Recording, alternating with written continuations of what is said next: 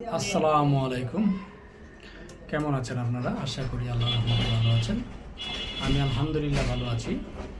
আসছে আমাদের রমজান মাস।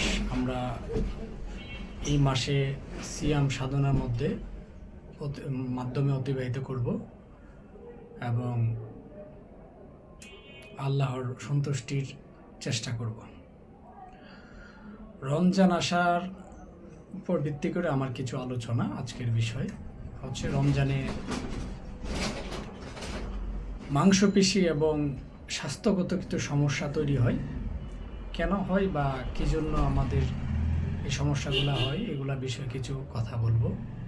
প্রথমত, আমাদের যখন রোজা শুরু হয়, রোজার শুরু থেকে আমাদের অনেকেই হয়তো ধরেন কারো স্টোমাকে ব্যথা হয়, কারো দেখবেন স্টোমাক খারাপ হয় বা ডায়রিয়া হয়।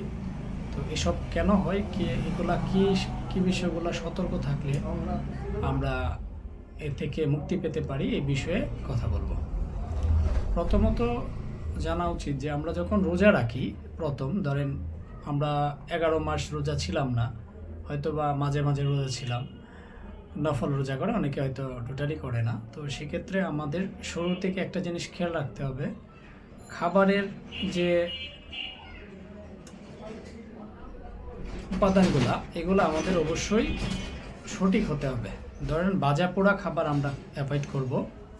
কারণ দেখেন, আপনি যখন খাওয়া শুরু করেন, আমরা নর্মালি রাতে খাই, ওই দিন আমাদের শুরু হয় ধরেন শেষ রাত, যেটা আমরা শুরুর দিকে 11 মাস পরে আমরা রাতের শেষ ভাগে খাচ্ছি। তো এটা একটা আমাদের যে স্টোমাকের হাইড্রোক্লোরিক অ্যাসিড এবং হজমের যে এনজাইম, এটা হঠাৎ করে আপনাকে পাই। এই সময় এনজাইম সিক্রেশনটা একটু হ্যাম্পার হয়, রেগুলার টাইমের চেয়ে অন্য একটা টাইমে হয়। সেক্ষেত্রে একটু প্রবলেম হয়। শুরুর হতো 3 থেকে 4 দিন বা 5 দিন একটু সমস্যা হয়, এরপরে এটা অ্যাডজাস্ট হয়ে যায়, কোনো সমস্যা হয় না।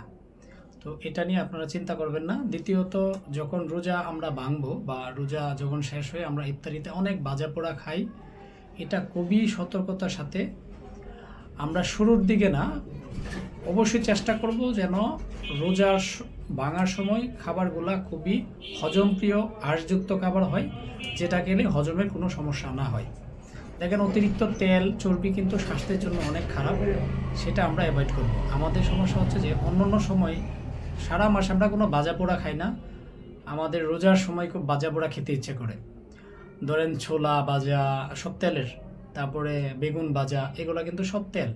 এবং আমরা যে বাজারে যে তেলগুলো পাওয়া যায়, এগুলো হচ্ছে ধরেন পাম অয়েল তেল, এগুলা বিভিন্ন জায়গায় ভাজা পোড়া তেল।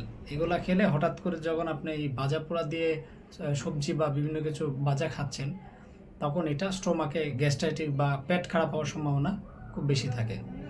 তো আমি আশা করি আপনারা এগুলা মেনে চলবেন।